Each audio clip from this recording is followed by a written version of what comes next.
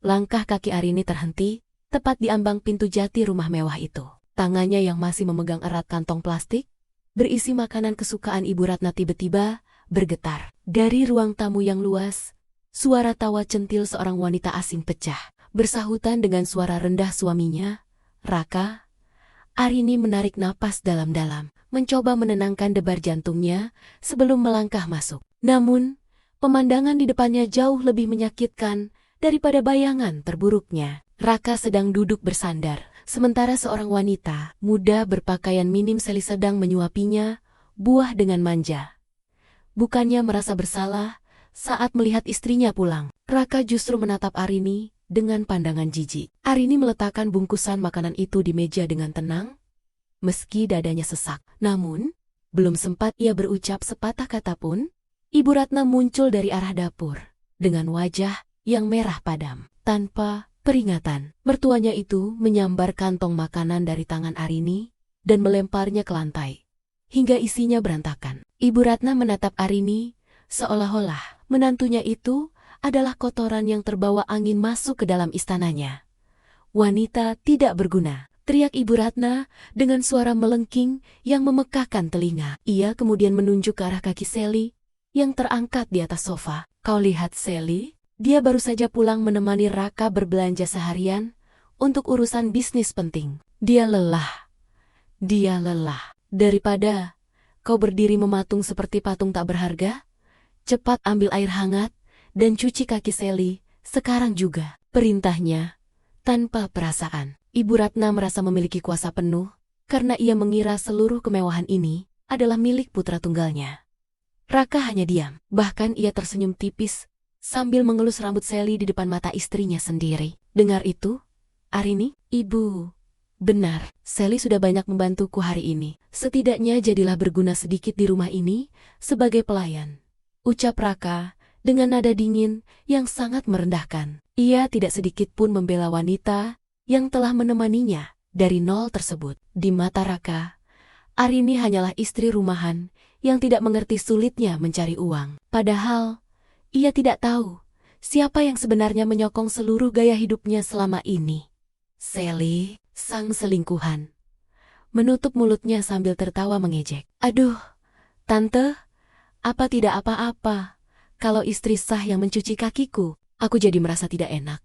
Tapi kakiku memang sangat pegal karena tadi Raka memaksaku membeli tas desainer terbaru," ucapnya dengan nada berpura-pura sungkan yang menjijikkan. Seorang asisten rumah tangga yang sedang mengelap kaca di sudut ruangan hanya bisa menunduk dalam, menatap iba ke arah Arini. "Kasihan Bu Arini, padahal dia yang paling sabar di rumah ini," bisik asisten itu pelan kepada rekannya dengan raut wajah prihatin. Arini tidak menangis. Ia justru menatap lurus ke arah Ibu Ratna dan Raka dengan tatapan yang sangat dingin, seolah sedang menilai seberapa besar harga diri yang mereka buang demi wanita seperti Sally. Di balik ketenangannya, otak Arini sudah mulai bekerja, menghitung setiap sen yang telah ia keluarkan untuk rumah ini dan mobil-mobil yang terparkir di garasi. Ia menyadari satu hal, kebaikan hatinya selama ini hanya dianggap sebagai kelemahan. Ibu Ratna kembali berteriak, lebih keras dari sebelumnya. "Kenapa kau masih diam? Cepat lakukan, atau kau keluar dari rumah ini tanpa membawa apa-apa. Jangan harap kau bisa menikmati kekayaan anakku kalau kau membangkang." Arini hanya tersenyum tipis, sebuah senyuman misterius yang seharusnya menjadi peringatan bahaya bagi siapapun yang melihatnya. Ia menyadari bahwa drama ini baru saja dimulai, dan ia sudah menyiapkan akhir yang tidak akan pernah mereka lupakan seumur hidup. Suasana di ruang tamu semakin memanas, namun bukan karena penyesalan, melainkan karena ambisi yang meluap-luap. Ibu Ratna berjalan mendekati Arini dengan tatapan mata yang berkilat penuh ketamakan. Ia tidak lagi memedulikan nasi bungkus yang tumpah di lantai, karena pikirannya kini tertuju pada sesuatu yang jauh lebih besar. Dengan kasar, Ibu Ratna melemparkan sebuah map coklat ke dada Arini. Ia menuntut agar Arini segera menandatangani surat kuasa penjaminan sertifikat tanah warisan milik orang tua Arini ke bank. Baginya, harta Arini adalah hak miliknya juga. dan ia tidak akan membiarkan sepeser pun aset tersisa tanpa bisa ia nikmati. Tanda tangani itu sekarang. Jangan banyak alasan, bentak Ibu Ratna dengan suara yang bergetar karena nafsu serakah. Ia menjelaskan dengan nada angkuh bahwa uang pinjaman itu akan digunakan untuk membayar uang muka mobil sport edisi terbatas yang sangat diinginkan Sally. Ibu Ratna merasa bahwa sebagai menantu yang menumpang di rumah anaknya, Arini wajib menyerahkan seluruh hartanya untuk menyenangkan hati keluarga besar, termasuk menyenangkan selingkuhan suaminya sendiri. Logika wanita tua itu sudah tertutup oleh kilau kemewahan yang sebenarnya hanya fata morgana. Raka yang duduk di samping Sally ikut menimpali dengan nada yang tak kalah sombong. Ia menyesap kopinya dengan santai, seolah permintaan ibunya adalah hal yang lumrah. Ayolah, Arini, tanah di pinggiran kota itu tidak berguna kalau hanya didiamkan. Sally butuh mobil sport itu untuk menjaga citranya di media sosial. Kau harus paham, di dunia bisnisku, penampilan adalah segalanya. Sally jauh lebih pantas berada di balik kemudi mobil mewah itu daripada kau yang hanya tahu cara menghabiskan uangku untuk hal-hal remeh, ujar Raka dengan penuh pengkhianatan. Ia benar-benar telah buta, tidak menyadari bahwa saldo rekeningnya setiap bulan bergantung pada tanda tangan Arini. Sally menyandarkan kepalanya di bahu Raka sambil memainkan kunci mobil BMW yang tergeletak di meja. Ia menatap Arini dengan senyum kemenangan yang memuakan. Iya, Mbak Arini, jangan pelit begitu. Lagi pula, kalau mobil itu sudah turun, Mbak juga boleh kok sesekali numpang kalau aku sedang baik hati. Tapi ya itu, Mbak harus dandan yang rapi. Jangan memalukan seperti sekarang, sindir Sally dengan gaya bicara yang dibuat-buat. Ia merasa sudah berada di atas angin, yakin bahwa Arini akan menyerah di bawah tekanan ibu mertuanya yang kejam. Arini menerima map itu, namun ia tidak membukanya. Ia hanya menatap dokumen tersebut dengan tatapan dingin dan datar, seolah sedang melihat tumpukan sampah. Ketidakterusikan Arini justru membuat Ibu Ratna semakin murka. Kenapa kau diam saja? Cepat, tanda tangani. Kau itu beruntung. Raka masih mau mengakuimu sebagai istri. Di luar sana, ribuan wanita mengemis untuk berada di posisimu. Jangan sampai aku kehilangan kesabaran dan membuatmu keluar dari sini hanya dengan baju di badan, ancam Ibu Ratna sambil berkacak pinggang, menunjukkan otoritas palsu yang ia banggakan. Seorang sopir pribadi yang sedang menunggu instruksi di depan. Pintu kaca sempat melirik ke dalam dengan wajah tidak percaya. Gila, benar-benar tidak tahu diri. Padahal semua mobil di garasi ini kan, gumam sopir itu pelan sambil menggelengkan kepala sebelum suaranya hilang ditelan angin. Para staf di rumah itu sebenarnya tahu siapa pemilik asli dari semua kemewahan ini. Namun, mereka hanya bisa terdiam melihat betapa tidak tahu malunya keluarga Raka memperlakukan sang majikan yang sebenarnya. Arini akhirnya bersuara. Suaranya pelan, namun mengandung otoritas yang mencekam. Kalian benar-benar yakin menginginkan aset ini? Tanya Arini singkat. Tidak ada kemarahan dalam nadanya, hanya sebuah kepastian yang mematikan. Ia menyimpan map itu dengan rapi. Sebuah tindakan yang dianggap Ibu Ratna sebagai persetujuan. Padahal, itu adalah awal dari penutupan akses seluruh dana mereka. Arini menatap Raka dan Ibu Ratna bergantian, seolah sedang menghitung detik-detik terakhir sebelum ia meruntuhkan seluruh dunia hayalan mereka. Kesabaran Arini akhirnya mencapai batas tipisnya saat ia meletakkan kembali map coklat itu ke atas meja tanpa menandatanganinya. Dengan suara yang tenang namun menusuk, ia menolak permintaan gila itu. Tanah itu adalah harga diri orang tuaku. Tidak akan pernah kuserahkan hanya untuk memanjakan wanita simpanan, ucap Arini dengan tatapan yang tidak goyah sedikitpun. Penolakan itu seketika meruntuhkan sisa-sisa kewarasan Ibu Ratna. Wajah wanita tua itu memerah padam. Ia merasa otoritasnya sebagai penguasa rumah dilecehkan oleh menantu yang selama ini ia anggap lemah tanpa peringatan. Sebuah tamparan keras mendarat di pipi Arini hingga kepalanya terhentak ke samping. Ibu Ratna tidak berhenti di situ. Ia menjambak rambut Arini dan mulai menyeretnya menuju pintu depan dengan kekuatan yang penuh kebencian. Berani-beraninya kau membangkang padaku. Jika kau tidak mau berguna, maka kau tidak pantas berada di istana ini. Teriak Ibu Ratna dengan suara parau yang dipenuhi amarah. Arini terjatuh. Namun ia tidak berteriak. Ia membiarkan tubuhnya diseret di atas lantai marmer dingin yang sebenarnya dibeli dengan uang hasil keringatnya sendiri. Raka hanya berdiri, menonton dari balik sofa, melipat tangannya dengan ekspresi dingin, tanpa ada niat sedikit pun untuk melerai. Saat Arini menatapnya, seolah meminta setetes nurani, Raka justru membuang muka. Jangan salahkan ibu, Arini. Kau yang membuat situasi ini menjadi sulit. Sally benar.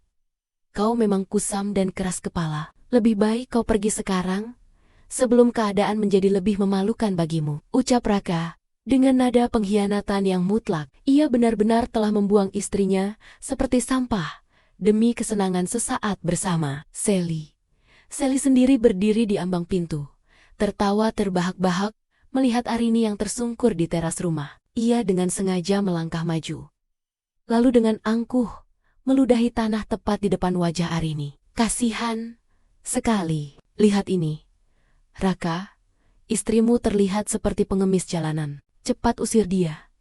Aku sudah tidak sabar, ingin merayakan mobil baruku di dalam rumah ini tanpa ada gangguan. Dari benalu seperti dia, ejek Sally sambil memutar-mutar kunci mobil BMW yang sebentar lagi akan menjadi saksi kehancurannya sendiri.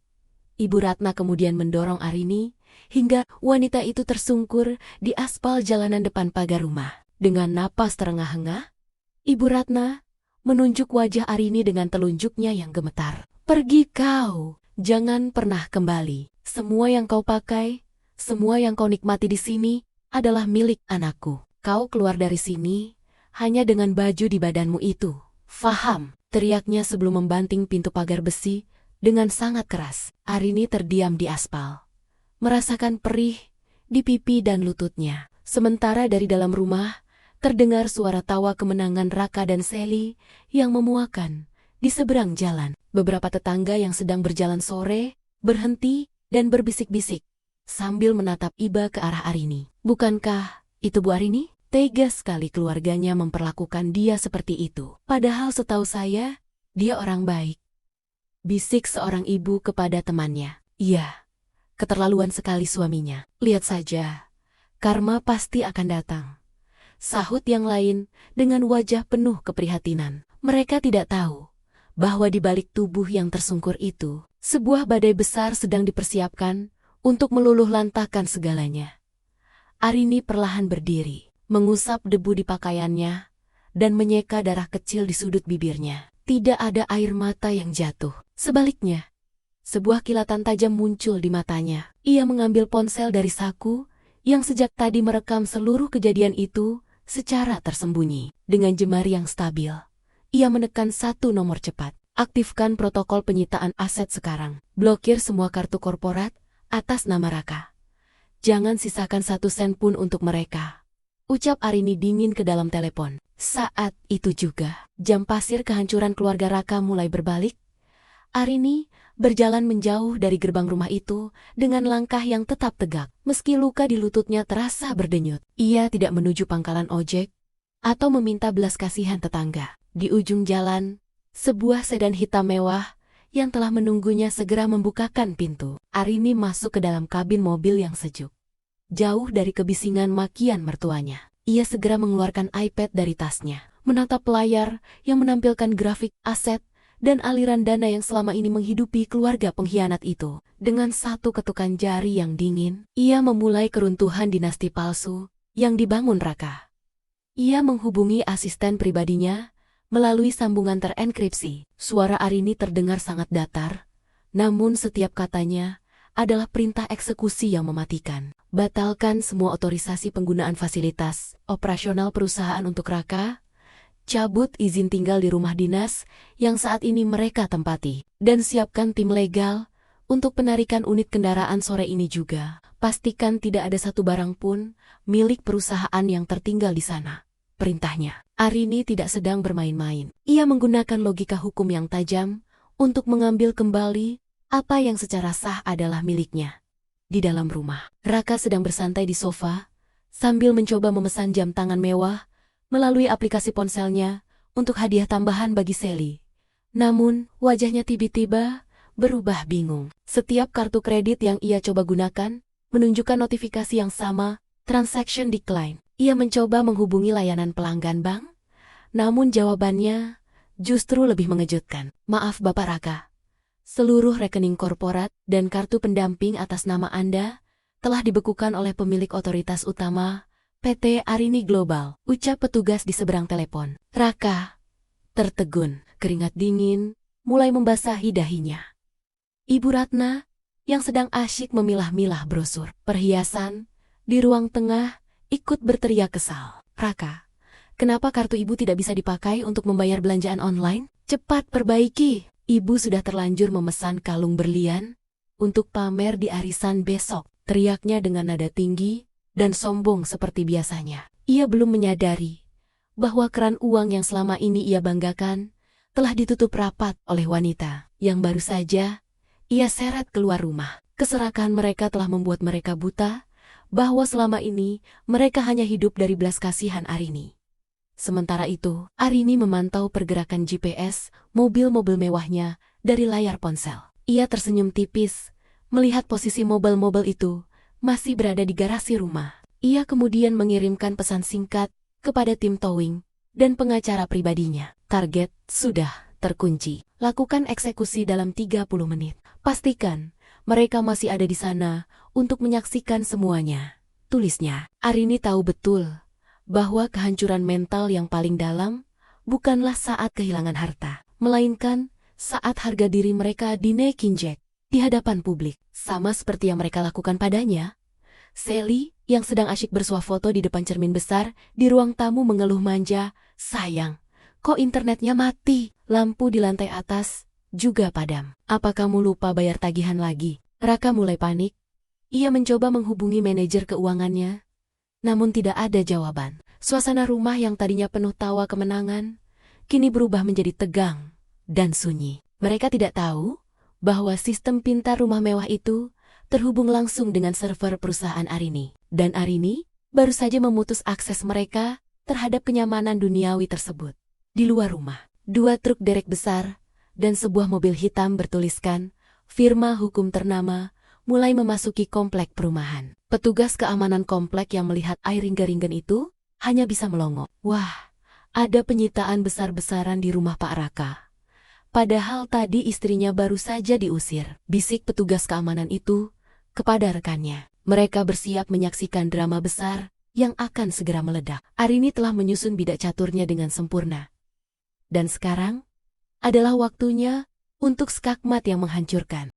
Suara raungan mesin truk derek yang berhenti tepat di depan gerbang rumah memecah ketegangan di dalam ruangan. Ibu Ratna, yang sedang sibuk memaki asisten rumah tangga karena lampu padam, segera berlari ke balkon dengan wajah penuh amarah. Ia melihat beberapa pria berseragam hitam dan petugas pengadilan mulai menurunkan peralatan di depan rumahnya. Dengan langkah kasar, ia menuruni tangga dan membuka pintu pagar, bersiap memuntahkan cacian kepada siapapun yang berani mengganggu ketenangan sore itu. Raka dan Sally mengekor di belakang. Wajah mereka menunjukkan kebingungan sekaligus kesombongan yang belum luntur. Heh, apaan ini? Siapa yang mengizinkan truk-truk sampah ini parkir di depan rumah anakku? Cepat pergi sebelum kupanggil polisi, teriak Ibu Ratna sambil menanjuk-nanjuk wajah petugas derek. Ia merasa harga dirinya tercoreng di depan para tetangga yang mulai keluar rumah untuk menonton. Raka ikut menimpali dengan nada mengancam. Kalian tahu siapa saya? Saya direktur di perusahaan besar. Berani sekali kalian membawa truk derek ke sini. Ini pasti salah kirim. Namun, petugas itu tetap bergeming. Mereka hanya menunjuk ke arah sebuah mobil SUV hitam mewah yang baru saja tiba.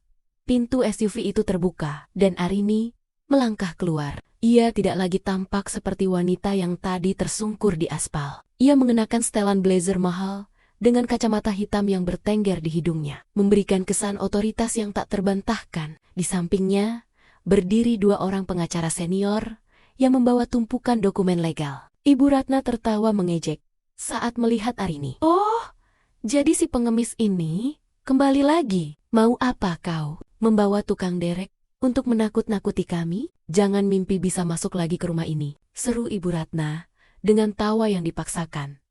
Arini tidak membalas makian itu dengan emosi. Ia justru memberikan isyarat kepada pengacaranya untuk membuka map yang mereka bawa. Ibu Ratna, Bapak Raka, ucap salah satu pengacara dengan suara bariton yang tegas. Kami di sini untuk melakukan pengosongan aset dan penyitaan unit kendaraan berdasarkan surat perintah resmi dari PT Arini Global. Perlu kami tegaskan bahwa rumah ini, mobil BMW, Alphard, dan seluruh fasilitas yang kalian gunakan adalah aset perusahaan yang dipinjamkan. Dan per hari ini, seluruh izin penggunaan aset tersebut telah dicabut oleh CO kami. Ibu Arini. Dunia seolah berhenti berputar bagi Raka.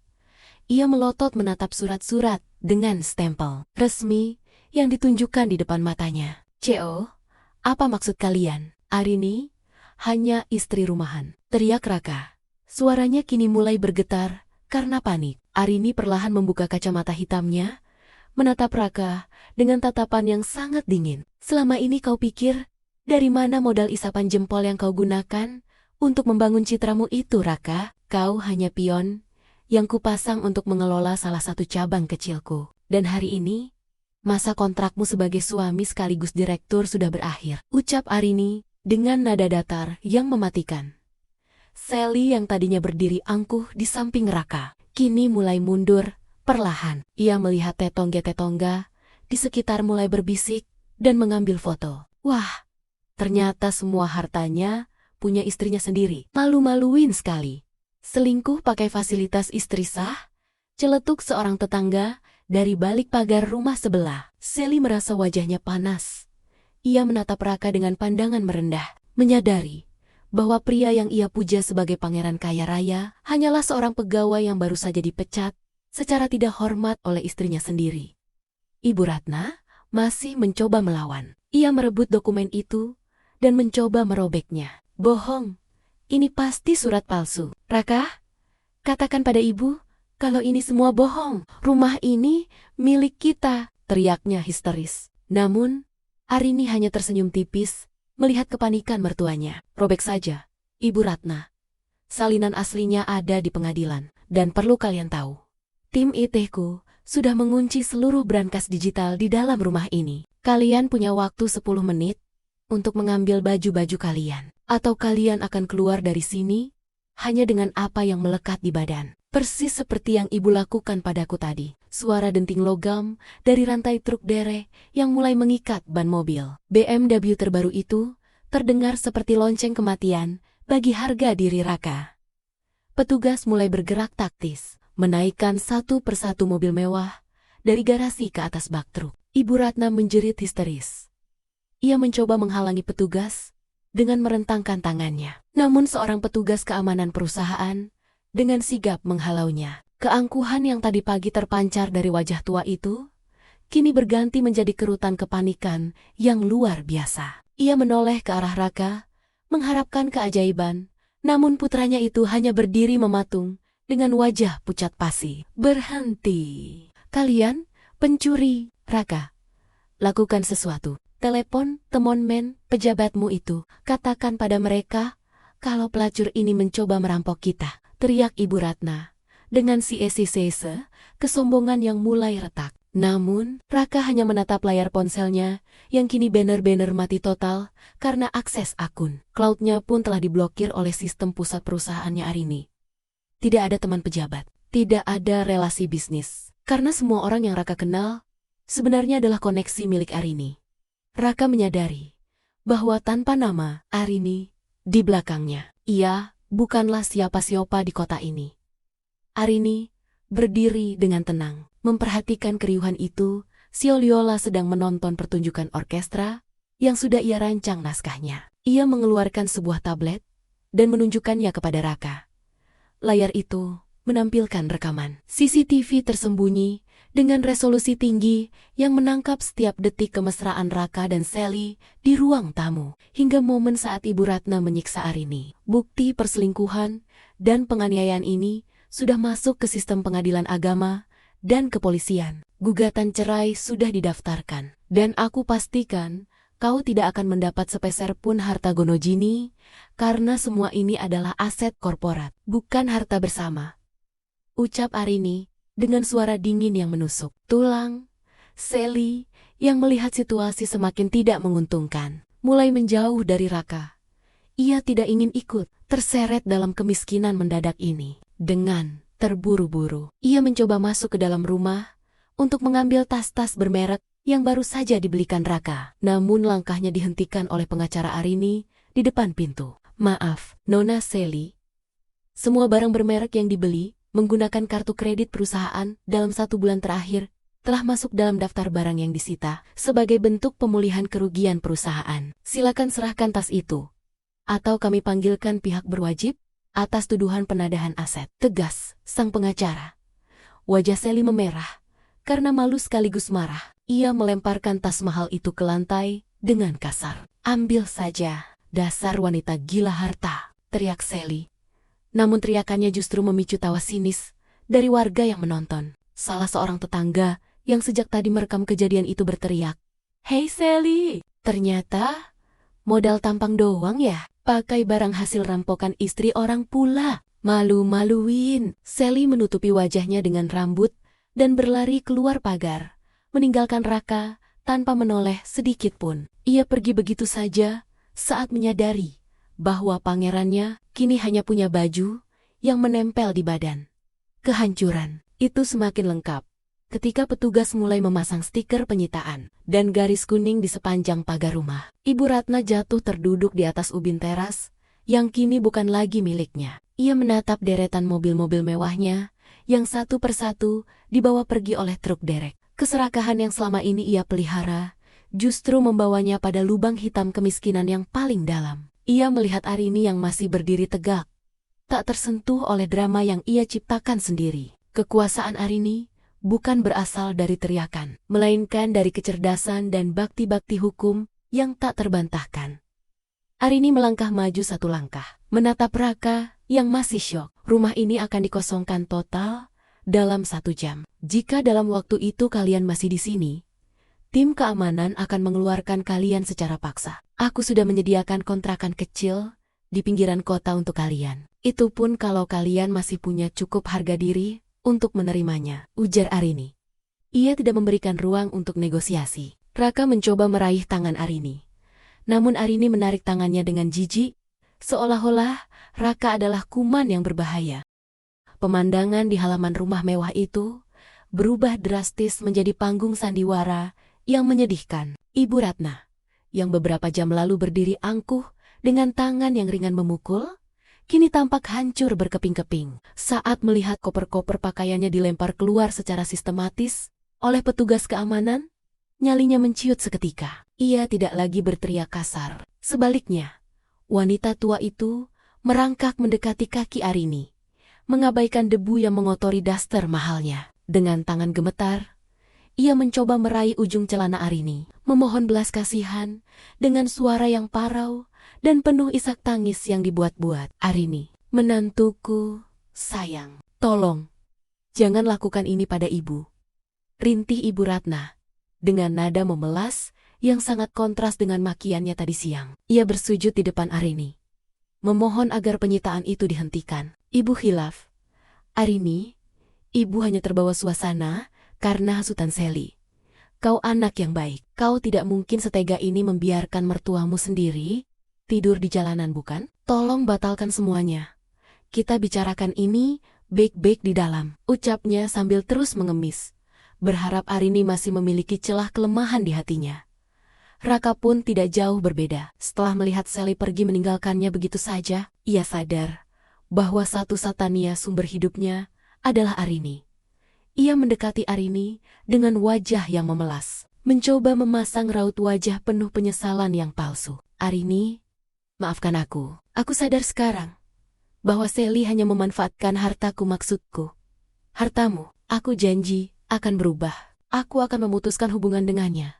Dan kita bisa mulai dari awal lagi. Kau mencintaiku kan? Pikirkan pernikahan kita, Arini," ucap Raka sambil mencoba meraih tangan Arini, berharap pesonanya masih bisa meluluhkan hati wanita yang telah ia hianati. Arini mundur satu langkah, menghindari sentuhan Raka. Seolah-olah tangan itu adalah racun yang mematikan. Ia menatap suami dan mertuanya itu dengan pandangan datar, tanpa ada rasa haru sedikit pun. Awal, yang baru, dengan pengkhianatan dan tamparan yang masih terasa perih di pipiku, tanya Arini dengan suara yang sangat tenang namun bertenaga. Kalian tidak sedang menyesali perbuatan kalian. Kalian hanya menyesal karena sekarang kalian jatuh miskin. Jika saat ini aku masih tidak punya apa-apa, apakah kalian akan bersujud seperti ini? Tidak. Kalian akan tertawa di atas penderitaanku. Para tetangga dan beberapa karyawan dealer yang masih di sana menyaksikan adegan itu dengan tatapan muak. Salah seorang pengacara Arini berdeham keras, menunjukkan jam tangannya sebagai tanda bahwa waktu mereka sudah habis. Lihat itu. Benar-benar tidak tahu malu, celetuk seorang asisten rumah tangga yang sedang mengemas barang-barangnya sendiri. Tadi saja menyiksa seperti iblis, sekarang mengemis seperti orang suci. Benar-benar drama yang memuakan, sahut karyawan dealer sambil menggelengkan kepala melihat tingkah laku Raka dan ibunya yang kini tak lebih dari pecundang. Ibu Ratna semakin histeris saat melihat truk terakhir yang membawa perhiasannya mulai melaju pergi. Ia memukuli dadanya sendiri, merutuki nasibnya yang berubah dalam hitungan jam. Arini, kau kejam, kau tega melihat orang tua menderita. Di mana hati nuranimu? Teriaknya kembali ke watak aslinya saat menyadari permohonannya tidak mempan. Arini hanya menatapnya dengan satu alis terangkat. Hati nuraniku sudah mati saat ibu menyuruhku mencuci kaki selingkuhan suamiku. Nikmatilah konsekuensi dari keserakahanmu sendiri, Ibu Ratna, balas Arini dingin. Arini memberikan kode kepada petugas keamanan untuk menutup gerbang dari dalam. Setelah mereka keluar, ia tidak ingin mendengar satu kata pun lagi. Baginya, pemandangan dua orang yang memohon-mohon di aspal panas itu adalah penutup yang adil untuk tahun-tahun penuh kesabaran yang ia berikan secara percuma. Arini berbalik badan, membelakangi mereka yang masih bersimpuh di luar pagar, menunjukkan bahwa akses mereka ke kehidupannya telah ditutup untuk selamanya. Langit sore mulai meredup, menyisakan bayangan panjang di depan gerbang rumah yang kini telah tersegel rapat. Arini tidak menoleh sedikit pun ke arah rumah yang pernah ia bangun dengan penuh kasih sayang itu. Baginya, bangunan itu kini hanyalah tumpukan semen dan bata tanpa nyawa, sama seperti pernikahannya yang telah mati. Ia melangkah perlahan menuju mobil SUV hitam yang sudah menunggunya dengan pintu terbuka. Angin sore memainkan helai rambutnya, namun tatapannya tetap tajam ke depan, tidak memberikan ruang bagi keraguan atau sisa-sisa pengampunan bagi mereka yang telah menginjak harga dirinya. Ibu Ratna dan Raka masih berdiri terpaku di luar pagar, tampak seperti gelandangan di tengah lingkungan elit tersebut. Saat Arini hendak masuk ke dalam mobil, Raka mencoba mendekat sekali lagi dengan wajah yang memelas.